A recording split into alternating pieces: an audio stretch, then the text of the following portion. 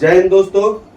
जैसा कि हम पिछले कक्षाओं में आप लोगों से बोले थे कि पाचन तंत्र के ऊपर एक फुल एनालिसिस हम करने वाले हैं, यानी कि पाचन तंत्र के ऊपर एक पूरा वीडियो लाने वाले हैं। ठीक है, तो वो हम पाचन तंत्र के ऊपर आज पूरा चर्चा करने वाले हैं कि मानव का जो पाचन तंत्र है, जो हम लोग का यह पाचन वाला जो सिस्टम है, यह कैसे काम करता है। तो थोड़ा सा ध्यान से आप लोग इसको समझते रहिए।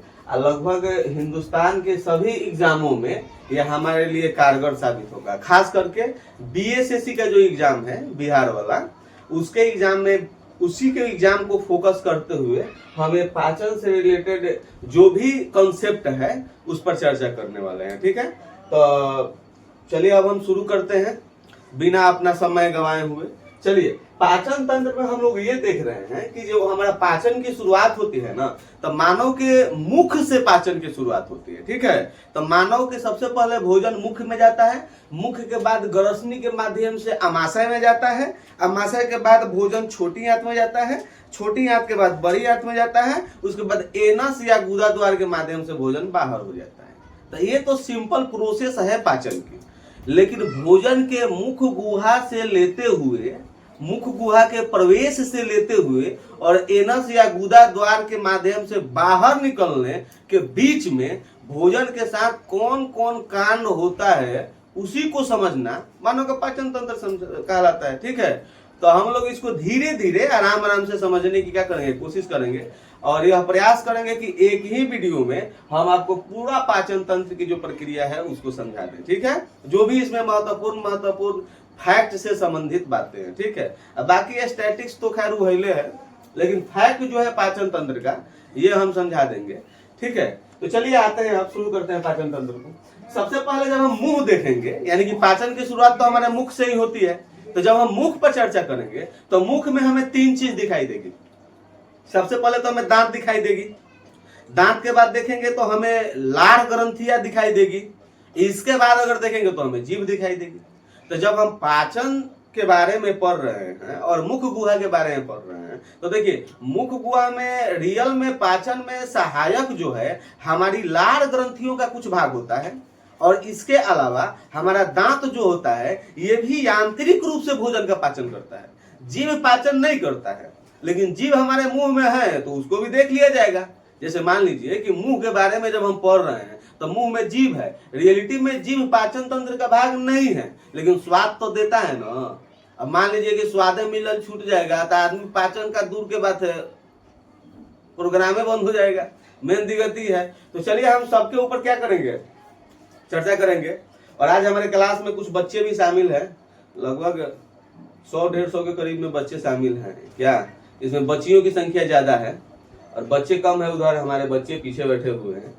तो इन लोगों को भी हम कहें कि चलिए आप लोग पाचन, इन लोगों को पाचन तंत्र हम पढ़ा चुके हैं तो बहुत पहले, तो ये लोग रिवीजन मूड में आ गए हैं कि चलिए बिलाल भैया थोड़ा सा देख लिया जाए। तो चलिए सिस्टम शुरू करते हैं। सबसे पहले पाचन तंत्र हम मुख गुहा से शुरू करते हैं। देखिए मुख गुहा जिसे माउथ कैविटी कहा जाता है। गुहा का मतलब जानते हैं क्या होता है? गुहा का मतलब खाली स्थान, वह खाली स्थान की तुलना करता है। तो मुंह जो है उन्हीं के खाली हो लो भीतर से, तो इसलिए मुंह को क्या कहा जाता है, मुख गुहा कहा जाता है। चलिए अब मुख गुहा के अंदर सबसे पहले हम चर्चा करने वाले हैं किसके ऊपर, मानव दांत के ऊपर। लेकिन मानव दांत के ऊपर चर्चा करने से पहले हम थोड़ा सा समझ लें ओवरऑल कि पाचन की जो प्रक्रिया है कैसे चलती है। ठीक है, ये जो हमारा पाचन तंत्र है ना, ये पाचन तंत्र दो भागों में बटा होता है। पाचन तंत्र कितने भागों में बटा होता है? दो भागों में बटा होता है। ठीक है बबलू, पाचन तंत्र कितने भागों में बटा होता है? दो भाग में। सभी को पता है? ठीक है, हल्ला 1% नहीं करना है आप लोगों को। ठीक है, और हमारे क्लास में पूरा शांति रहती है, इसीलिए थोड़ा शोरगुल कम सुनाई देगा क्लास का, बाहर का शोरगुल सुनाई दे सकता है आप लोगों को। ठीक है, चलिए आइए। तो पाचन तंत्र को दो भागों में बांटा गया है। एक तरफ हमारा आहार नाल रहता है और एक तरफ पाचक ग्रंथियां रहती है। ठीक है, तो आहार नाल कहने का मतलब कि भोजनवा जो रास्ता से होकर गुजर रहा है ना, उसे आहार नाल कहा जाता है। और रास्ता में भोजन के साथ जो कांड कर रहा है उसे क्या कहा जाता है? पाचक ग्रंथियां कहा जाता है, सिंपल भाषा में समझने के लिए। तो चलिए आइए देखते हैं हम आहार नाल में। आहार नाल में जो हमारा पहला भाग है ना, पहले भाग को कहा जाता है मुख, यानी कि माउथ, यही से मुख गुहा कहा जाता है। ठीक है, इसमें जो होता है ना, हमारे भोजन को पचाने के लिए क्या मौजूद होता है? लार ग्रंथिया। क्या होता है? लार ग्रंथिया। अब हम यहाँ पर दांत नहीं लिख रहे हैं। दांत इसीलिए नहीं लिख रहे हैं कि दांत जो है भोजन का पाचन नहीं करता, यांत्रिक रूप से बड़े बड़े कणों को छोटे छोटे कणों में कन्वर्ट करने का काम करता है, बस इतना ही काम करता है। ऐसे दांत हम पढ़ेंगे, लेकिन पाचन से रिलेटेड मुख्य गुहा में हमारा लार ग्रंथि होता है, ठीक है। मुख्य गुहा के बाद भोजन जो है हमारा किसमें जाता है, ग्रसनी में। तो ग्रसनी में कोई भी ग्रंथि पाचक ग्रंथि नहीं होता है। तो आहार नल का ऐसे भाग है ग्रसनी, लेकिन पाचन से रिलेटेड नहीं है, ठीक है। तो ग्रसनी में नो ग्लैंड, कोई ग्रंथि नहीं पाई जाती है, ठीक है। इसके बाद जो है भोजन हमारा प्रवेश करता है आमाशय में, ठीक है। तो आमाशय में भोजन को पचाने के लिए, आमाशय में भोजन को पचाने के लिए आमाशयी रस होता है। क्या होता है, आमाशयी रस, जिसे जठर रस के नाम से भी जाना जाता है। किस रस से, जठर रस। तो आमाशयी रस होता है, इसमें हाइड्रोक्लोरिक अम्ल होता है, पेप्सिन होता है, रेनिन होता है, ये सब होता है। हम जब आमाशय पाएंगे तो बताएंगे, अभी तो एक श्रृंखला तैयार कर रहे हैं, ठीक है। तो इसमें आमाशय में भोजन को पचाने के लिए क्या होता है, आमाशयी रस होता है, आमाशयी रस होता है, जिसे जठर रस के नाम से भी जाना जाता है। गैस्ट्रिक ग्लैंड इसे कहा जाता है, ठीक है। इसी में समस्या होने पर पेट में गैस की समस्या होती है, ठीक है। चलिए आगे बढ़ते हैं। आमाशय के बाद भोजन प्रवेश करता है छोटी आंत में। किसमें प्रवेश करता है, छोटी आंत में। छोटी आंत को हम लोग स्मॉल इंटेस्टाइन कहते हैं इंग्लिश में, छोटी आंत। एक और बात जान लीजिएगा, छोटी आंत को क्षुद्रांत भी कहा जाता है। ये नाम जानना बहुत जरूरी है, क्योंकि देखिए आजकल बिहार के पेपर में क्या कर रहा है ना, जैसे प्रश्न पूछ रहा है भोजन का सर्वाधिक पाचन कहाँ होता है, अब ऑप्शन में छोटी आंत ना दे देता है क्षुद्रांत, बृहद्रांत, यानी माने हिंदी का सबसे गूढ़ शब्द दे देता है, एकदम अंदर का शब्द, जैसे क्षुद्रांत। अब बताइए, अब लड़का लोग कंफ्यूज हो जाता है। तो इसको नाम को याद करके रखिएगा कि छोटी आंत को क्षुद्रांत भी कहा जाता है, ठीक है। चलिए, तो छोटी आंत में भोजन को पचाने के लिए हमारे पास 3 सोर्स होता है, ठीक है। कौन कौन सा होता है, एक होता है हमारे अग्न्याशयी रस, यानी कि इसके ऊपर अग्न्याशय होता है। देखिए ये जो छोटी आंत है ना, इसके ऊपर यहाँ पर अग्न्याशय है, तो अग्न्याशय से निकलने वाले रस को अग्न्याशयी रस कहते हैं, और 3 गो यह रस देता है, इसीलिए इसे पूर्ण पाचक रस भी कहा जाता है। अब यहाँ पर आएंगे तो हम अच्छा से उसके बारे में समझाएंगे। तो यहाँ पर भोजन को छोटी आंत में पचाने के लिए अग्न्याशयी रस यानी अग्नाशय सहायक होता है। अग्नाशय के बाद जो है लीवर यानी कि यकृत सहायक होता है। लीवर पीत रस देता है, इधर है लीवर, ठीक है, दाहिना साइड। हमारा पेट में दाहिना साइड में क्या होलो, लीवर होलो, ठीक है। दाहिना साइड में क्या होता है, लीवर होता है। तो ये क्या करता है, इधर से पीत रस देता है, और इसके बाद क्या होता है कि छोटी आंत का अपना अंदर में आंत्र ग्रंथि भी होता है, जिसे लैक्टेज, गैलेक्टेज, माल्टेज इत्यादि कहा जाता है, ठीक है ना। तो ये होता है आंत्र ग्रंथि। कौन होता है, आंत्र ग्रंथि, यानी 3 गोरा मिलके आंत्र ग्रंथि, 3 गोरा मिल गया तब तो भोजन को क्या करता है, कस के कूटता है छोटी आंत में। इसीलिए ना कहा जाता है कि छोटी आंत में भोजन का पूर्ण पाचन होता है। क्या होता है, पूर्ण पाचन। छोटी आंत के बाद भोजन पहुंचता है हम लोग का बड़ी आंत में, ठीक है। बड़ी आंत में भोजन का पाचन नहीं होता है। अब एक बात बताइए, जब पाचन नहीं होता है तो यहाँ पर कोई ग्रंथि पाया जाएगा, नहीं, कोई ग्रंथि नहीं पाया जाता है, यानी नो ग्लैंड। बड़ी आंत के बाद भोजन जो होता है हमारे एनस या गुदा द्वार, वही है बड़ी आंत का ही भाग है, यानी कि जैसे मान सकते हैं एनस, क्या एनस, इसे ही कहा जाता है गुदा द्वार। इसके माध्यम से भोजन को उत्सर्जित कर दिया जाता है, जो अपशिष्ट मल के रूप में होता है उसे उत्सर्जित कर दिया जाता है। तो यहाँ पर तो नो ग्लैंड, यहाँ पर भी ग्रंथियां नहीं पाई जाती है, ठीक है। अब इसको धीरे धीरे आराम आराम से सभी को समझने का हम क्या करेंगे, प्रयास करेंगे। सबसे पहले हम चर्चा करेंगे मुख्य के ऊपर। किसके ऊपर, मुख्य के ऊपर। हमारी सर्वाधिक चर्चा मुख्य के ऊपर होगी। इसके बाद हमारी चर्चा सबसे ज्यादा होगी आमाशय के ऊपर, छोटी आंत के ऊपर, ठीक है। ये 2 स्थानों पर हमारा सर्वाधिक चर्चाएं देखने को मिलेगी, क्योंकि जानते हैं क्या है, इस मुख में रियलिटी में पाचन से रिलेटेड तो सिर्फ लार ग्रंथियों को पढ़ना है, लेकिन इसके अलावा मुख में हम जीभ के बारे में भी बताएंगे थोड़ा सा, और थोड़ा सा दांत के बारे में भी बताएंगे। तो इसीलिए थोड़ा सा मुख पर हम ज्यादा टाइम दे देंगे, मुश्किल से 10 मिनट टाइम दे सकते हैं हम मुख के ऊपर, ठीक है। यहाँ पर जब छोटी आंत में हम आएंगे तो छोटी आंत में देखिए लीवर सिर्फ और सिर्फ लीवर क्या करता है, लीवर पित्त रस दे देता है और पित्त रस वसा का पाचन करता है, बात खत्म। लेकिन इसके अलावा लीवर के बारे में भी थोड़ा सा जानकारी हम लेने की कोशिश करेंगे, ठीक है। अब मान लीजिए कि लीवर स्पेशलिस्ट नहीं बनना है, लेकिन जनरल कंपटीशन के हिसाब से देखा जाए तो general competition plus liver specialist बन जाना है, ठीक है। यानी जनरल कंपटीशन में लीवर का क्या योगदान है उसको हम बता देंगे आपको, देख लीजिएगा, ठीक है। मेन दिक्कत जानते हैं क्या है, कॉन्सेप्ट सबसे बड़ा मायने रख रहा है, ठीक है। देखिए कितना क्वेश्चन हम याद कर रहे हैं, रट रहे हैं लूसेंट के माध्यम से या किसी भी माध्यम से, घटना चक्र का बुक हो गया, लूसेंट हो गया। देखिए क्वेश्चन देखना एक अलग बात है, अब कॉन्सेप्ट क्लियर करना एक अलग बात है, ठीक है। किसी भी पॉइंट से रिलेटेड सबसे पहले आपको क्या करना है, कॉन्सेप्ट को क्लियर करना है। और जिस दिन आपका कॉन्सेप्ट बाबू क्लियर हो जाएगा ना, उस दिन आपको ऑब्जेक्टिव क्वेश्चन रटना नहीं पड़ेगा। उसके बाद आप ऑब्जेक्टिव क्वेश्चन को क्या कीजिएगा, सॉल्व कीजिएगा।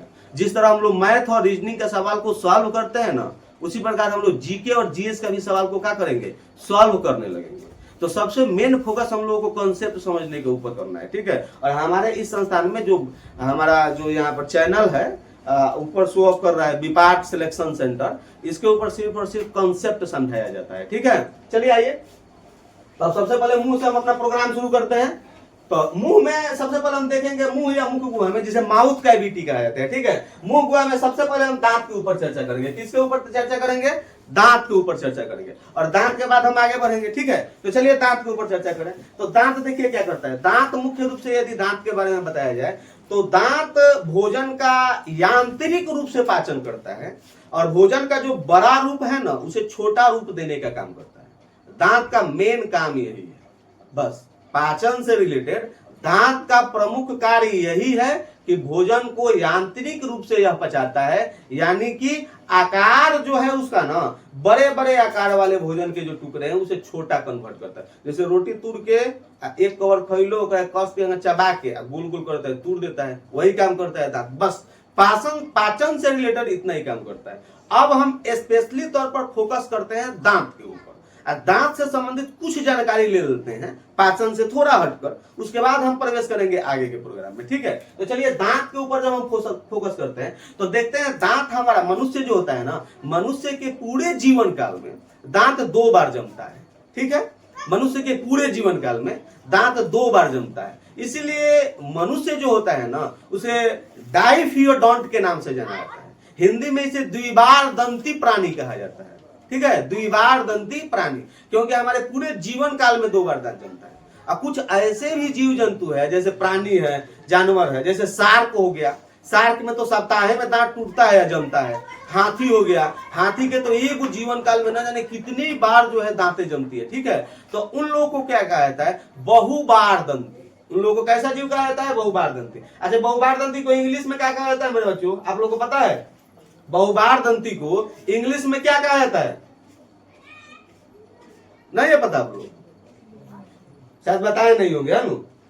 चलिए कोई बात नहीं है, वो उतना जानने की जरूरत नहीं है, ठीक है। बस इतना दिमाग में बिठा के रखिएगा कि एक से अधिक, यानी एक से अधिक बार, 2 से अधिक बार यदि आपके जीवन काल में दांत जमने लगे तो उसे क्या कहा जाता है, बहुबार दंती। क्या कहा जाता है, बहुबार दंती, यानी कि पॉलीफियोडेंट उसे कहा जाता है। जान लीजिए आज आप लोग, ठीक है। पिछली कक्षाओं में शायद आपको हम नहीं बताए थे, डाइफियोडेंट के बारे में खाली बता दिए थे, ठीक है। अगर बहुत बार दांत जाएगा तो उसे पॉलीफियोडेंट कहा जाता है। क्या कहा जाता है, पॉलीफियोडेंट। चलिए मेन दिक्कत यह है कि कभी कभी कॉन्सेप्चुअल बात समझाने के चक्कर में क्या होता है ना, स्टैटिक पर्सन को हम कभी कभी बताना भूल जाते हैं अपने बच्चों को। अब हमारे बच्चे इसलिए नाराज रहते हैं हमसे, क्या जी अब पीछे कौन में के, ठीक है ना। हाँ चलिए ठीक है। चलिए आइए तो देखते हैं, तो मानव के जीवन काल में क्या है, तो अब दांत के ऊपर चर्चा कर रहे हैं, ठीक है ना। तो मानव के जीवन काल में 2 बार दांत जमता है, इसीलिए हम लोग द्विबार दंती हैं। अब हमारा जो दांत है ना, यह 2 प्रकार का होता है, एक होता है अस्थायी दांत और एक होता है अस्थायी दांत, ठीक है। दांत कितने प्रकार का होता है, 2 प्रकार का। ये जो हमारा दांत है, यह दांत 2 कैटेगरी का होता है, एक होता है अस्थायी और एक होता है अस्थायी, ठीक है। अस्थायी और अस्थायी, अस्थायी और अस्थायी। अस्थायी जो दांत होता है ना, इसे डेसिडियस भी कहा जाता है, ठीक है, डेसिडियस। अब मान लीजिए कि पेपर में दे देगा डेसिडियस दांत के बारे में, अब मान लीजिए डेसिडियस कह देगा कि डेसिडियस दांतों की संख्या कितनी होती है, ठीक है। तो इसी प्रकार का होता है। कौन कौन दांत होता है, अस्थायी होता है और अस्थायी होता है, ठीक है। अस्थायी दांत, अब नहीं, अस्थायी दांत को डेसिडियस दांत कहा जाता है। अस्थायी को क्या कहा जाता है, डेसिडियस कहा जाता है, डेसिडियस, डेसिडियस। ठीक है, अब ध्यान दीजिएगा, अस्थाई जो दांत होता है ना, इसकी संख्या बाबू लोग 20 होती है। कितनी होती है? 20। इसकी संख्या 20 होती है। 10 गो नीचे होती है और 10 गो कहाँ होती है? ऊपर होती है। 10 गो नीचे होती है और 10 गो कहाँ होती है? ऊपर होती है। अब जो अस्थाई दांत होता है इसकी संख्या कितनी होती है? तो इसकी संख्या 32 होती है। ठीक है, कितनी होती है? 32। 16 गो नीचे होता है और 16 गो ऊपर होता है। ठीक है, तो अस्थाई दांतों की संख्या कितनी होती है? 32 होती है। और अस्थाई दांतों की संख्या कितनी होती है? 20 होती है। ठीक है, आप लोग देख सकते हैं इस पर बोर्ड पर कि अस्थाई दांतों की संख्या, अस्थाई दांतों की संख्या 32 हो गया और अस्थाई दांतों की संख्या 20 हो गया। इस प्रकार यदि बात किया जाए कि मनुष्य के पूरे जीवन काल में कितने दांत जमते हैं, तो याद करके रखिएगा कितने दांत जमते हैं? 32 गो और 20 गो, कितना हो गया? 52 गो। कितना? 52। देखिए मेन दिक्कत है ना कि पहले जो 20 दांत जमता है ना, हल्का जो 20 दांत जमता है वो 20 दांत, देखिए सबसे पहले तो दांत जमता है हमारा इंसीजर, और नीचे वाला दांत जमता है, नीचे वाला 2 गो इंसीजर जमता है। ठीक है, 2 से 3 साल के उम्र में ये दांत निकलना मैंने लगभग शुरू हो जाता है, इंसीजर। ठीक है, मैंने उसके बाद 7 से 8 साल आते आते ना हम लोगों का 20 गो दांत जम कर टूट भी जाता है। 2-3 साल में लगभग 20 दांत जम जाता है अस्थाई दांत, और 7 से 8 साल आता है ये अस्थाई दांत जो है 20 यह टूट जाता है। जब अस्थाई 20 दांत जब टूट जाता है बाबू, तो इसके जगह पर अस्थाई दांत जमता है। जमता है कि नहीं? तो 20 को जो टूट गया है उसको भी तो हम गिनेंगे, तो 20 दांत हो गया।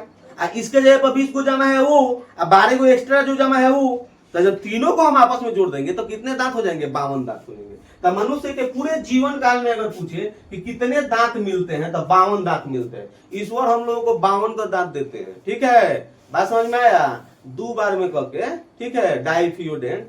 चलिए अब हम आगे बढ़ते हैं। तो ये तो हो गया हम लोगों के दांत के एथी हो गया। अब हम लोग चर्चा करेंगे दांत के बारे में, दांत के प्रकार के बारे में कि आखिर हमारा दांत कितने प्रकार का होता है। ठीक है, तो दांत कितने प्रकार का होता है इसके बारे में अब हम लोग क्या करेंगे? चर्चा करेंगे। तो देखिए दांत का यहाँ पर एक फोटो बना है। अब आप लोग थोड़ा ध्यान इधर कीजिए, कैमरा वाला भाई इधर है ना?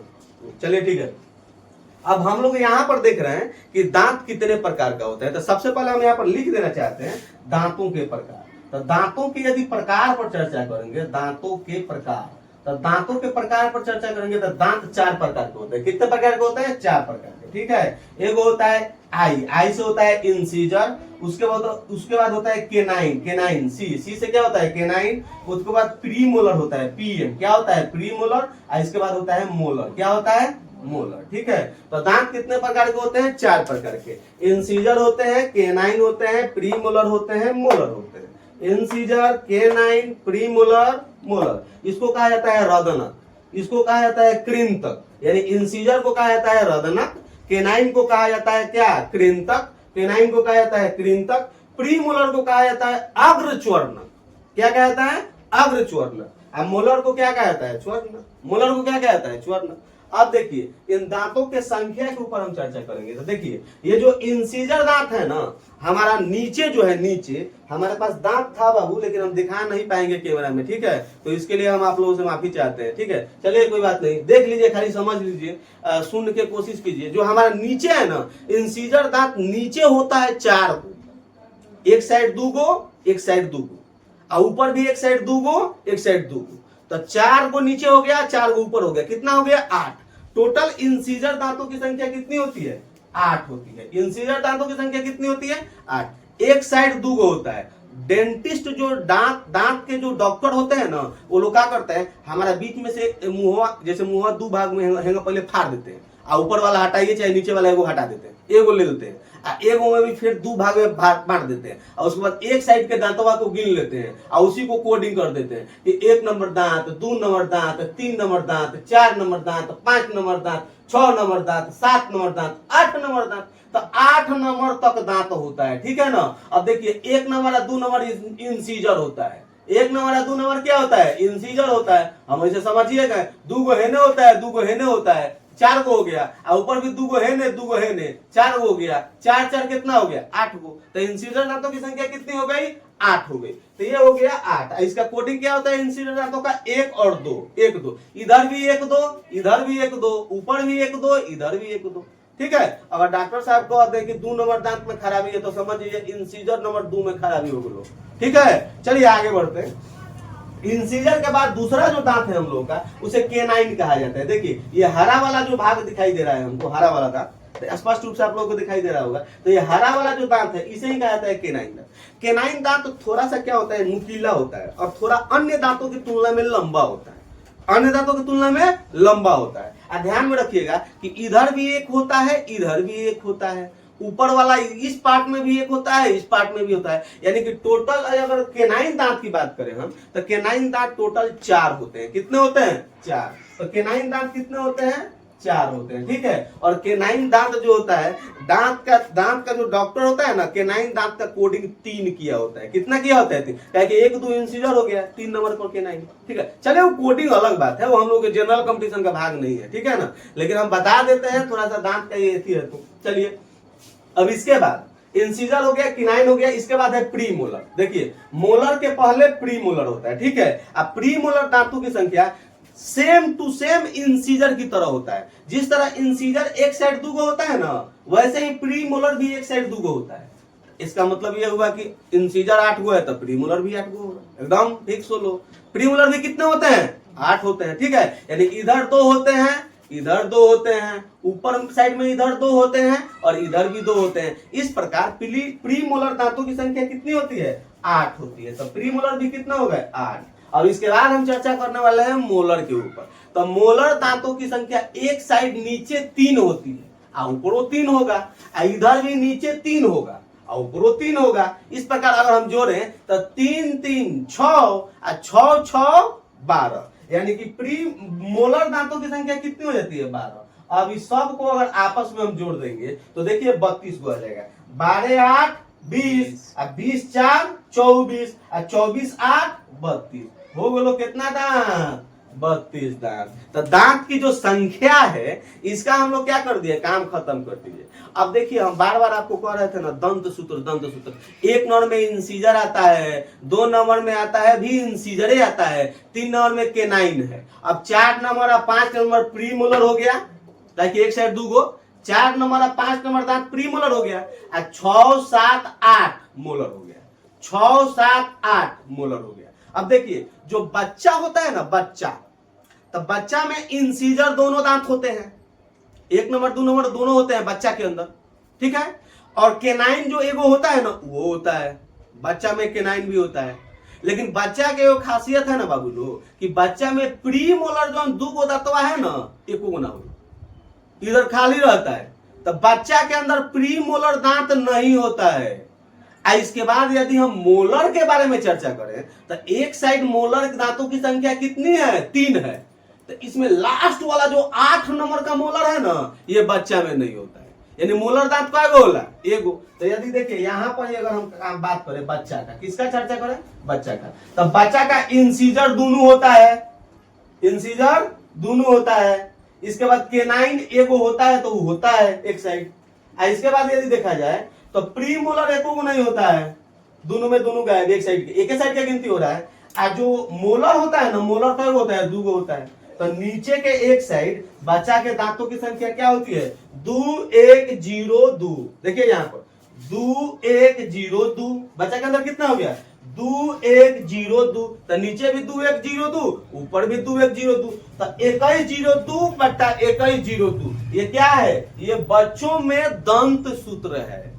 बच्चा के अंदर दांत सूत्र क्या होता है जी? 21 0 2 बटा 21 0 2। यदि वयस्क की हम बात करें तो हम लोगों में तो 32 के 32 दांत हो लो। ठीक है, तो जब 32 के 32 दांत है तो हम लोग का होगा, देखिए 2 हो गया incisor, 1 canine, 2 pre molar, 3 molar. तो 2 1 2 3 यानी 21 23 बटा 21 23। तो वयस्क लोग जो होते हैं उन लोगों में दांत का सूत्र क्या होता है? 21 23 बटा 21 23। तो ये तो हो गई बाबू हम लोगों की दांत की संख्या के ऊपर चर्चा, ठीक है। तो दांत की संख्या जिसका पाचन में कोनो योगदान ना हो, लो हम पहले ही बता दिए थे कि हम सिर्फ दांत का पाचन में सिर्फ इतना ही योगदान है तो वह क्या करता है, यांत्रिक रूप से भोजन के कोनों को छोटा करता है, ठीक है। ये सब जो जानकारी हम दे रहे हैं स्पेशली तौर पर दांत के बारे में दे रहे हैं, ठीक है। तो जब इतना जानकारी ले लिए तो कुछ अन्य जानकारी भी ले लीजिए, इससे भी प्रश्न कभी कभी बना देता है, ठीक है। दांत की यदि हम संरचना की बात करें तो हम लोग का जो दांत है ना, एक सबसे ऊपर वाला जो भागवा है, जो मसूरा से नीचे नहीं धंसा है, मसूरा से ऊपर है, ये उज्जर होता है। वैसा होता है उज्जर। तो दांत का जो ऊपर वाला उज्जर वाला जो भाग है, उजला जो भाग है, व्हाइट, कैसा है, व्हाइट वाला भाग, सफेद जो भाग है, ओकरा को कहा जाता है क्या, इनेमल, यानी एनामेल, एनामेल हम कहते हैं उसे इनेमल कहा जाता है। इनेमल इंग्लिश शब्द है, इसे हिंदी में कहा जाता है दंत वल्क। क्या कहा जाता है, दंत वल्क। तो दांत के सबसे संरचना की यदि बारे में हम बात करें तो दांत के सबसे ऊपर वाले पार्ट को क्या कहा जाता है, इनेमल कहा जाता है। इनेमल के जस्ट नीचे होता है डेंटाइन। अब बाबू बात ये समझ जाइएगा कि दांत का सबसे प्रमुख भाग यही है, कौन, डेंटाइन। देखिए ऐसे एनामल भी सबसे प्रमुख भाग है, क्योंकि एनामल याद तक रखिएगा दांत को सुरक्षा प्रदान करता है बाह्य रूप से। एक और बात आप लोग जान जाइएगा, हमारा पूरा बॉडी के अंदर का सबसे कठोर भाग होता है दांत का एनामेल, दंत वल्क। यदि प्रश्न पूछे कि शरीर का सबसे कठोर भाग कौन सा होता है तो आंसर याद करके रखिएगा, दंत वल्क या एनामल। चलिए आगे बढ़ते हैं हम लोग। तो हम दांत की संरचना के ऊपर चर्चा कर रहे थे। तो सबसे ऊपर वाला जो भाग है इसे एनामेल कहा जाता है, एनामेल के नीचे वाले भाग को डेंटाइन कहा जाता है, याद कर रखिएगा। ये जो डेंटाइन है ना, यहीं से नस निकलता है, नस निकल के पूरा जड़ में जाता है, यानी हड्डी तक जाता है, ठीक है। अब डेंटाइन के नीचे वाला भाग जो होता है उसे पल्प कहा जाता है। अब पल्प नीचे जाकर जो हमारा ये जबड़ा वाला जो हड्डी है उसके ऊपर सीमेंटम के माध्यम से जुड़ा रहता है, ठीक है। तो दांत जो है हमारा जबड़ा से ऐसे क्या रहता है, जुड़ा रहता है, ठीक है। हमको एक बात और पता होना चाहिए कि शरीर में सबसे मजबूत हड्डी कहाँ की होती है, जबड़े की हड्डी। काहे कि इसी पर दांत अस्थिर होलो, ठीक है, और दांत को स्थिर करके रखता है, ठीक है। तो ये होला हम लोग का जबड़ा, का होलो, जबड़ा काती होता है, जबड़ा। तो ये है हम लोग का जबड़ा, जबड़ा का हड्डी सबसे मजबूत होता है। तो ये है सीमेंटम वाला भाग, ठीक है। तो सबसे ऊपर होता है एनामेल, एनामेल के नीचे होता है डेंटाइन, डेंटाइन के नीचे होता है पल्प, और पल्प किससे जुड़ा रहता है, सीमेंटम के माध्यम से हड्डी से जुड़ा रहता है, ठीक है। तो देखिए ऊपर जो हमारा दांत दिखाई देता है ना, तो दिखाई देने वाले भाग को क्राउन कहा जाता है। क्या कहा जाता है, क्राउन। जो दांत का भाग हमें दिखाई देता है उसे क्राउन कहा जाता है। और जो मसूरा के भीतरवा धौसल होता है और हड्डी तक जाता है, जबड़ा के हड्डी तक, उसे रूट पार्ट कहा जाता है। क्या कहा जाता है, रूट पार्ट कहा जाता है। तो ये है मुख्य रूप से दांत की क्या, हमारी संरचना, ठीक है। तो दांत के बारे में सिर्फ इतना ही जानकारी आप लोग रखिए। अब और भी कुछ एस्थेटिक्स टाइप का अगर दांत से संबंधित अगर जानकारी आएगा तो उसको हम क्या करेंगे, बाद में एक और वीडियो बनाकर क्या करेंगे, अपलोड करने की कोशिश करेंगे, शॉर्ट वीडियो के माध्यम से या लॉन्ग वीडियो के माध्यम से, ठीक है। अब हम लोग चर्चा करने वाले हैं इसके बाद, दांत के बाद किसके बाद चर्चा करने वाले हैं, तो मुंह में दांत हो लो। और दांत के बाद क्या है जी, तो दांत के बाद हमारा मुंह में है जीभ। कौन महाराज हो लो, जीभ। तो अब हम लोग जीभ के ऊपर चर्चा कर लेते हैं, ठीक है। चलिए जीभ के बाद किसके ऊपर चर्चा करेंगे, तो लार ग्रंथि के ऊपर चर्चा करेंगे, ठीक है। उसके बाद जाकर हम के मुंह पे काम खत्म होगा, ठीक है। तो चलिए सबसे पहले जीभ के ऊपर चर्चा कर लेते हैं, ठीक है। जीभ का जो भाग है, देखिए जीभ के अलग अलग, देखिए हमको अलग अलग स्वाद मिलता है।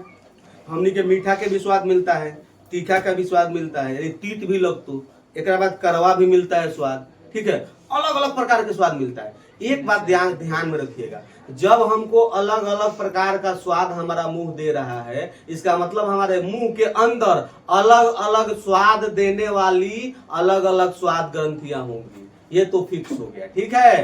तो अब मान लीजिए कि स्वाद देने का काम हमारा जीभ कर रहा है, तो इसका मतलब जीभ के भी ऊपर अलग अलग भाग होगा जो हमें अलग अलग स्वाद का क्या कराता है, आभास कराता है, ठीक है। तो चलिए हम जीभ के ऊपर क्या करते हैं, चर्चा करते हैं। सबसे पहले जीभ का आधार भाग देखते हैं। ये आधार भाग जो होता है ना, हमारे जीभ के भीतर लगा रहता है नट्टी से, ठीक है ना, अंदर लगा रहता है, यानी मुख्य रूप से यह फायरिंग से जुड़ा रहता है। किससे जुड़ा रहता है, फायरिंग से जुड़ा रहता है आधार भाग, ठीक है। जैसे कुत्ता जीभ होता है, हाँ, जहाँ से लार टपकता है ना, वो शीर्ष भाग होता है। अंदरवा जहाँ जीभवा लगा रहता है उसे क्या कहता है, आधार भाग कहता है, ठीक है। तो जीभ के कितने भाग होते हैं, एक होता है आधार भाग हो गया। आधार से जो इधर किनारा वाला भाग जुड़ा रहता है इसे ऊपरी पार्श्व किनारा कहा जाता है। ऊपरी पार्श्व किनारा वाला भाग कहा जाता है। उसके बाद नीचे वाला को कहा जाएगा निचली पार्श्व किनारा वाला भाग, और जो शीर्ष पर है उसे शीर्ष भाग कहा जाता है। ठीक है, ये भाग सेम इधर भी होता है, इस वाला पोर्शन को भी ऊपरी पार्श्व किनारा भाग कहा जाएगा, इसे भी निचली पार्श्व किनारा कहा जाएगा। ठीक है, यानी कि हई दोनों हो गया ऊपरी पार्श्व किनारा भाग, हई दोनों हो गया निचली पार्श्व किनारा भाग, ये हो गया शीर्ष और ये हो गया आधार। ठीक है, अब बीच वाला भाग हो गया मध्य भाग, बीच वाला भाग को क्या कहा जाता है? मध्य भाग कहता है। अब हम देखेंगे कि जो आधार वाला भाग है ये कैसा स्वाद हमको देता है। तो ये जो आधार वाला भाग है बाबू, ये हमको कड़वा स्वाद देता है या तीखा स्वाद देता है। ठीक है, जैसे कान ना झांझर हो जाए, तो जैसे कोनो तीत मिर्चा खा लेते हैं हम और सुसुआते हैं, लग रहा है कि कान झांझर हो गया, ठीक है ना, तो उसे तीखा स्वाद कहा जाता है। ठीक है, तो तीखा स्वाद देता है हमको। चाहे पानी पूरी के ठेला पर चल जाइएगा, देखिएगा पानी पूरी के ठेला पर जितने भी हमारे बहन लोग होती हैं, वो लोग क्या कहती हैं, अरे तीखा बने तो का तने गोलगप्पा तीखा बने तो, अब बाप हो मुंह में डाल के कोयले रहती है, मैंने अजीब किस्म का, तो वही है क्या तीखा वाला। ठीक है, तो तीखा स्वाद हो गया। आज बात ऐसे मान लीजिए कि नीम का जो पत्ता होता है उसको चबाइए और नटी से घुटिए, देखिए कड़वा लगता है कि नहीं, तो कड़वा स्वाद हो गया। अब बहुत से दवाई भी कड़वा होती है जिसे बच्चे खाना पसंद नहीं करते हैं। ठीक है, अब याद करके रखिएगा, ये जो कड़वा भाग होता है या तीखा भाग होता है, इसका आभास हमें जीभ का आधार वाला भाग देता है। ठीक है, और यह किसका संकेतक होता है? जहर का संकेतक होता है। कड़वा किसका संकेतक होता है? जहर का संकेतक होता है, या एल्कोहल का संकेतक होता है। किसका संकेतक होता है? एल्कोहल का। तो क्वेश्चन पूछेगा वह जीभ का कौन सा भाग है जो एल्कोहल के प्रति उत्तरदायी होता है या एल्कोहल का संकेतक होता है। ठीक है, तो कौन सा भाग है? आधार। इसलिए देखिएगा ना, शराबी जितना होता है ना, जैसे पैक बनाएगा मुंह में डालेगा उसके बाद करेगा, यानी ऐसा लगता है, कहता है कि जीभ जल रहा है, यानी कि नटी जल रहा है। नटी थोड़े जल रहा है, एल्कोहल के प्रति हमारा जीभ का जो आधार वाला भाग है वो क्या है? संवेदनशील है। तो आपको आभास दिला रहा है कि लो शराब पियो लो। ठीक है, तो ये आधार भाग हमारा क्या है? जहर के प्रति संवेदनशील होता है। इसके अलावा एल्कोहल के प्रति भी क्या होता है? संवेदनशील होता है। ठीक है, अब हम ऊपरी पार्श्व किनारा के बारे में चर्चा करेंगे। देखिए, तो ऊपरा पार्श्व किनारा हमको खट्टा स्वाद दिलाता है। कौन सा स्वाद दिलाता है? खट्टा। और हमको पता है खट्टा स्वाद नींबू में मिलता है, और नींबू में कौन सा अम्ल पाया जाता है? तो सिट्रिक अम्ल पाया जाता है। इसका मतलब ये हुआ कि ऊपरा पार्श्व किनारा भाग जो हमारा होता है ना, वह सिट्रिक अम्ल के प्रति संवेदनशील होता है। एक और बात आपको हम बता देते हैं, ये जो खट्टा पदार्थ है ना, ये खट्टा पदार्थ हमारा बॉडी के अंदर रोग प्रतिरोधक क्षमता से लड़ने का काम करता है। तो ये भी क्वेश्चन पूछ सकता है, जीव का वह कौन सा भाग है जो रोग प्रतिरोधक क्षमता से लड़ने का सूचक होता है? तो ऊपरी पार्श्व किनारा भाग, क्या है कि खट्टा स्वाद देता है। ठीक है, चलिए अब हम निचले पार्श्व किनारा भाग के ऊपर चर्चा करने वाले हैं। निचला पार्श्व किनारा भाग जो होता है ना, यह हमें नमकीन स्वाद देता है। अब बताइए, नमकीन से आपको दिमाग में आ गया होगा एक बात, नमक। और नमक का फॉर्मूला क्या होता है? हम सभी को पता है, नमक का फॉर्मूला NaCl होता है, और NaCl होता है तो इसमें क्या पाया जाता है? सोडियम। हमको सभी आदमी को पता है सोडियम हमारे ब्रेन जो है, हमारा जो मस्तिष्क है, मस्तिष्क के लिए जरूरी है। ठीक है, तो मस्तिष्क के कार्य प्रणाली से या कार्य प्रणाली का सूचक कौन होता है? निचला पार्श्व किनारा भाग। कौन सा? निचला पार्श्व किनारा भाग। काहे कि नमकीन स्वाद हमको देता है। अब जैसे नीमक चाट ले लो, चाहे अचार उचार तो खट्टा लगता है, नमकीन जो भी चीज हम लोग खाते हैं, जैसे हल्दीराम के भुजिया खा ले लो, तो ये सब क्या है? नमकीन लगता है। तो नमकीन स्वाद का सूचक कौन सा होता है? निचला पार्श्व किनारा भाग। इसके बाद होता है शीर्ष भाग। अब ध्यान दीजिएगा, शीर्ष भाग हमारा मीठा के प्रति क्या होता है? संवेदनशील होता है। ठीक है, और एक बात दिमाग में बैठा के रखिए, शीर्ष भाग हमारा मीठा के प्रति संवेदनशील होता है। और मीठा याद करके रखिएगा, ग्लूकोज जो होता है, यह ग्लूकोज मीठा ही तो होता है। ग्लूकोज कैसा होता है? मीठा, जिसका सूत्र होता है C6H12O6। ये कैसा होता है? मीठा होता है। कैसा होता है? मीठा होता है। तो जब मीठा होता है बाबू, और मीठा ग्लूकोज हमें पता है तत्काल एनर्जी देने का काम करता है। ठीक है, तो क्वेश्चन पूछेगा कि तत्काल एनर्जी या एनर्जी का सूचक जीभ का कौन सा भाग होता है? तो शीर्ष भाग होता है। कौन सा भाग होता है? शीर्ष भाग होता है। ठीक है ना, और शीर्ष भाग हमें मीठा का आभास दिलाता है। ठीक है, आजकल तो आम के दिन चल रहा है, तो आम मीठा मीठा कीन के लाते हैं हम लोग, काटते हैं, उसको खाते हैं। ठीक है, तो मीठा स्वाद हम लोगों को मिलता है। ठीक है। तो वही मीठा भाग का आभास कौन दिलाता है? शीर्ष दिलाता है। अगर आम का जो भाग है चाहे चीनी है ना, डायरेक्ट नटी में रख के घोट जइतो तो हमनी के मीठे स्वाद ना मिली। ओकरा के हमनी कहि सकी घोट गइल है के लील गइल हो, तो अगर कोनो चीज के लिए लील जाएंगे ना तो स्वाद नहीं मिलेगा। जब तक जीभ पर वो फेटाएगा नहीं तब तक स्वाद नहीं मिलेगा। ठीक है, लील जाएंगे डायरेक्ट तो स्वाद नहीं मिलेगा, चाहे कुछ हो लील जाए। ठीक है, और मान लीजिए कि रसगुल्ला उठैलो, रसगुल्ला उठा के जीभ में कहीं ना सटे देनी, डायरेक्ट ओकरा के आमाशय में छप दे गिरा देनी, धप दे गिर गेलो आमाशय में। ठीक है, तो आमाशय में धप दे गिर जाएगा तो स्वाद मिलेगा? नहीं मिलेगा। बात समझ में आ रहा है ना? तो ये जरूरी है। तो ये है हमारा जीव का क्या। और मध्य भाग जो होता है ना, यह मिक्स स्वाद दिलाता है हमको। कौन सा स्वाद दिलाता है? मिक्स स्वाद। और मिक्स स्वाद को हम लोग क्या कहते हैं? उमामी कलर के स्वाद कहते हैं। ठीक है, और उमामी कलर जो होता है ना, हल्का नमकीन होता है। उमामी कलर क्या होता है? हल्का नमकीन होता है। तो ये है हमारा जीव का कार्य। ठीक है, जिसका पाचन में सिर्फ स्वाद देना यही मदद था, और स्वाद जो है पाचन का कोनो पार्ट नहीं है। ठीक है, अब आगे हम लोग बढ़ते हैं। इसके बाद हम चर्चा करेंगे मुंह में। किसमें? मुंह में ही चर्चा करेंगे। ठीक है, अभी मुंह और मुख गुहा में ही है। मुख गुहा में इसके बाद पाया जाता है लार ग्रंथियां। क्या पाया जाता है? अब ये जो लार ग्रंथियां है ना बाबू, ये लार ग्रंथियां हमारे पाचन में सहायक होती है। ये जो लार ग्रंथियां है ये हमारे पाचन में सहायक होती है। अब ध्यान दीजिएगा, लार ग्रंथियों के बारे में यदि बात किया जाए तो मुख्यतः हमारे मुंह के अंदर 3 जोड़ी लार ग्रंथियां पाई जाती है। ठीक है, सबसे पहली जो लार ग्रंथि होती है उसे कहा जाता है पैरोटिड। क्या कहा जाता है? पैरोटिड कहा जाता है। उसके बाद सब लिंगुअल। क्या होता है? सब लिंगुअल। इसके बाद होता है सब मैंडिबुलर। सब मैंडिबुलर। सब मैंडिबुलर। सब मैंडिबुलर। देखिए तो कैमरा मैन ये वाला दिखाई दे रहा है। चलिए, सब मैंडिबुलर। तो हमारे पास 3 जोड़ा लार ग्रंथियां पाई जाती है। कितने जोड़ा लार ग्रंथियां पाई जाती है? 3 जोड़ा। कौन कौन सा? पैरोटिड, सब लिंगुअल, सब मैंडिबुलर। ठीक है, अगर हम पैरोटिड के बारे में बात करें बाबू, तो ये जो पैरोटिड लार ग्रंथि है ना, याद करके रखिएगा, ये पैरोटिड लार ग्रंथि जो है यह हमारे मुंह का सबसे बड़ा लार ग्रंथि, सबसे बड़ी लार ग्रंथि है।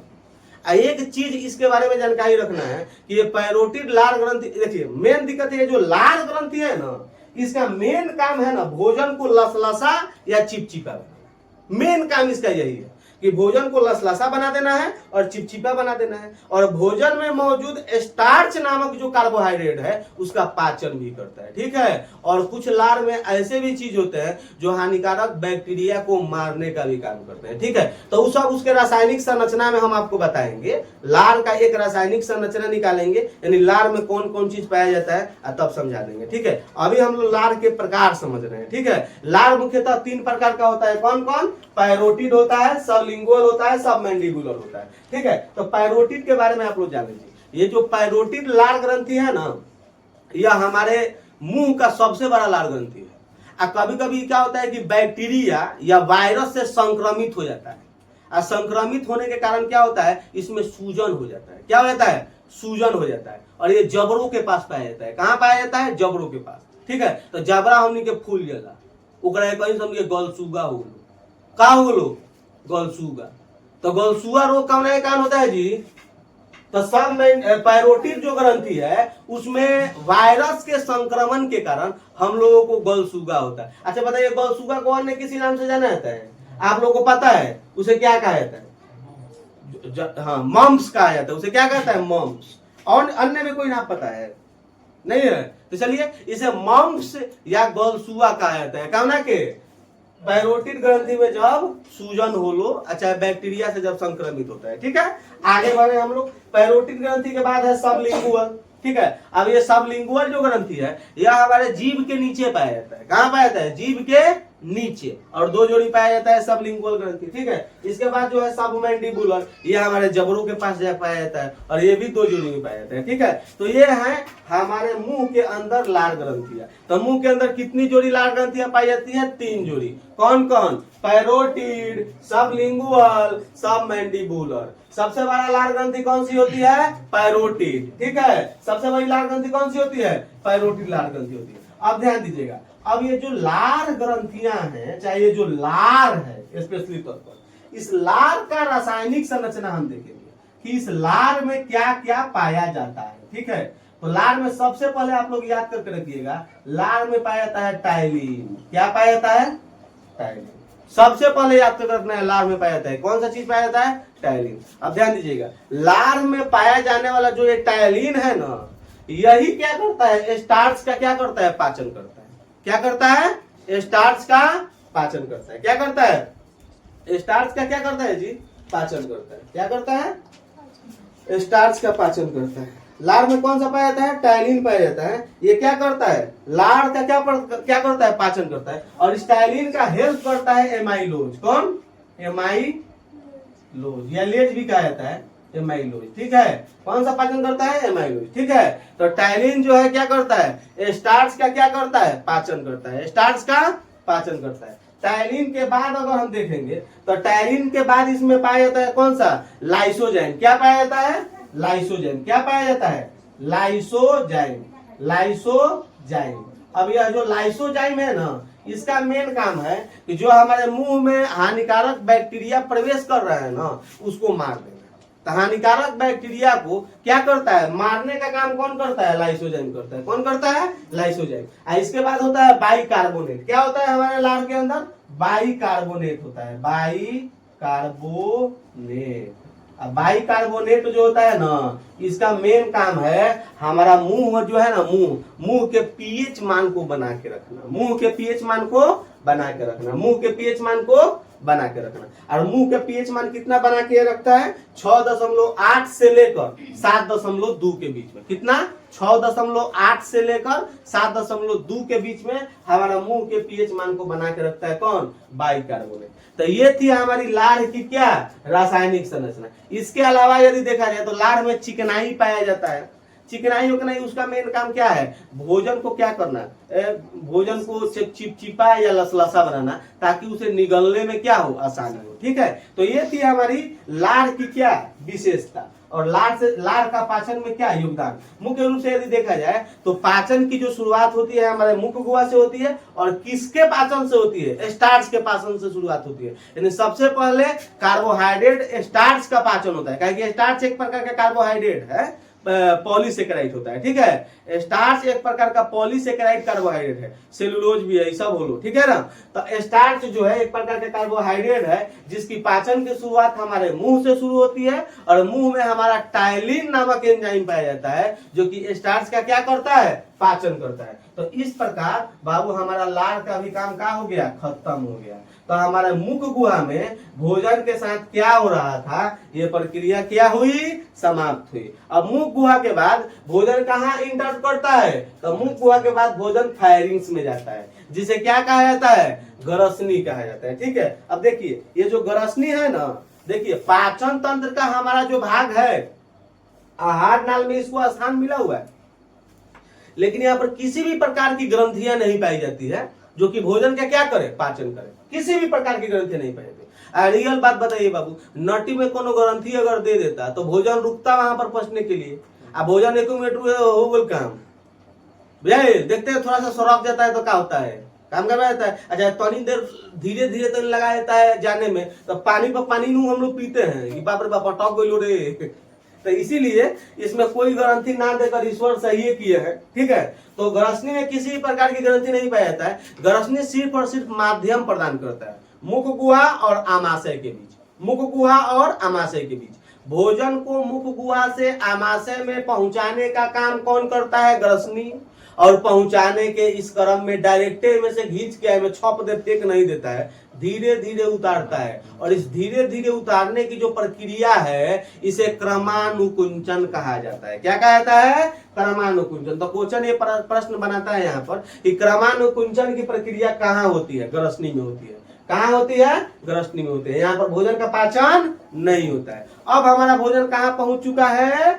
आमाशय में। अब होगा मजबूत मार। ठीक है, अब भोजन कहाँ पहुंच गया? आमाशय में। देखिए बाबू लोग, भोजन हमारा पहुंच गया है कहाँ पे? आमाशय में। कहाँ पहुंच गया है? आमाशय में। आमाशय में भोजन को पचाने के लिए क्या होता है? आमाशयी रस होता है। क्या होता है? आमाशयी रस। आमाशय में भोजन जो होता है 3 से 4 घंटा तक रुकता है। कितना देर तक रुकता है? 3 से 4 घंटा तक आमाशय में भोजन रहता है। अब ये आमाशय जो है ना 3 से 4 घंटा तक भोजन के साथ देखिए किस प्रकार खिलवाड़ करता है। ठीक है, तो आमाशय से निकलता है आमाशयी रस, जिसे जठर रस भी कहा जाता है। क्या कहा जाता है? जठर रस। अब ये जठर रस क्या करता है, थोड़ा इसको देखें। ठीक है, सबसे पहले यदि हम बात करें तो आमाशय में वसा का पाचन होता है, प्रोटीन का पाचन होता है, लेकिन कार्बोहाइड्रेट का पाचन नहीं होता है। आमाशय पाचन का एक वह स्थान है जहां वसा का पाचन होता है, कार्बोहाइड्रेट का पाचन होता है, वसा का पाचन होता है, प्रोटीन का पाचन होता है, लेकिन कार्बोहाइड्रेट का पाचन नहीं के बराबर होता है। ठीक है, आमाशय से निकलता है आमाशयी रस, जिसे हम जठर रस भी कहते हैं।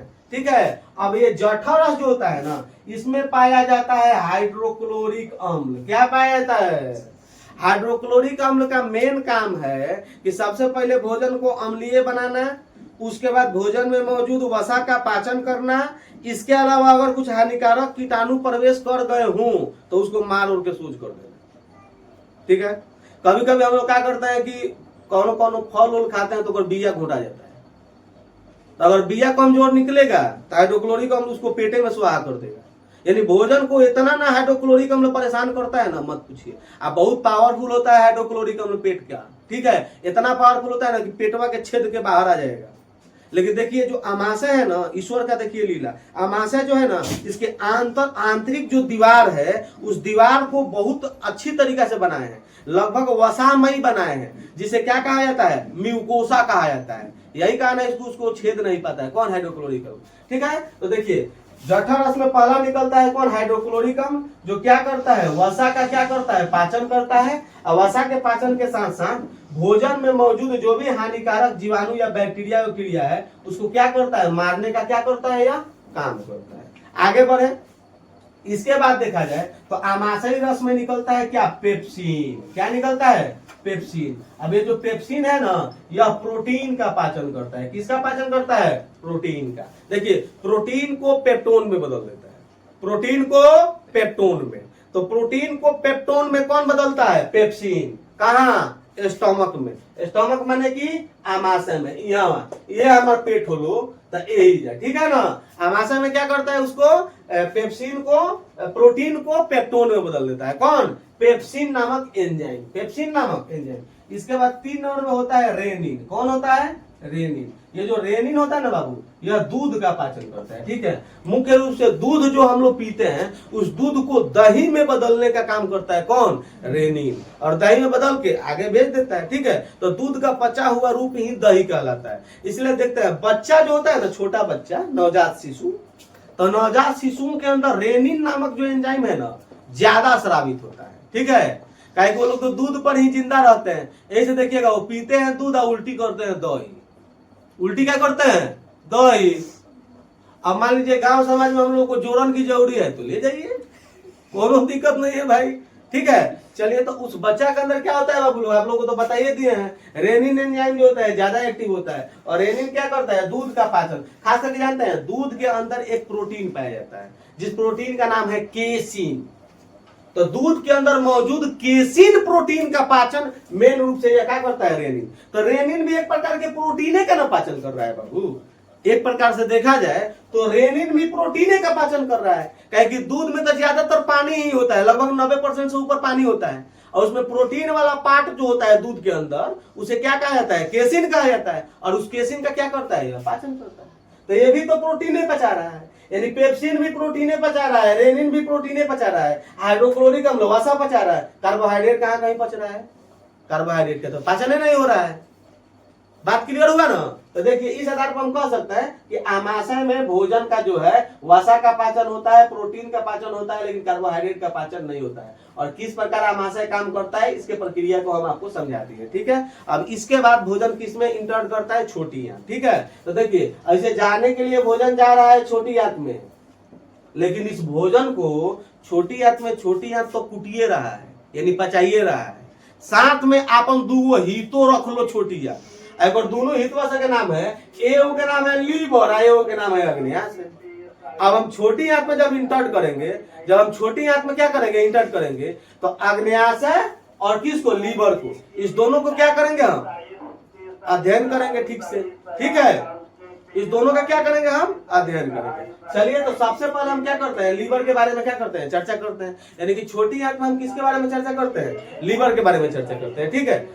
तो आइए लीवर के ऊपर, ठीक है। लीवर जो होता है इसे हिंदी में क्या कहा जाता है जी, लीवर को हिंदी में क्या कहता है, यकृत कहता है। लीवर को हिंदी में क्या कहता है, यकृत कहता है। लीवर को हिंदी में क्या कहता है, यकृत कहता है। इसी को जीगर कहा जाता है। क्या कहता है, जीगर। लीवर को यकृत कहता है और जीगर भी कहता है। तो देखिए पाचन में यदि देखा जाए तो पाचन में लीवर का कोनो महत्वपूर्ण ज्यादा योगदान नहीं है। सिर्फ लीवर यही करता है कि पीत्त रस का क्या कर देता है, स्राव कर देता है। और यह पीत्त रस जो होता है ना, वसा का पाचन करता है। बात खत्म। यानी लीवर मेन रूप से, लीवर से जो स्रावित होता है पीत्त रस, वह पीत्त रस जो होता है क्या करता है, वसा का पाचन करता है, बस इतना।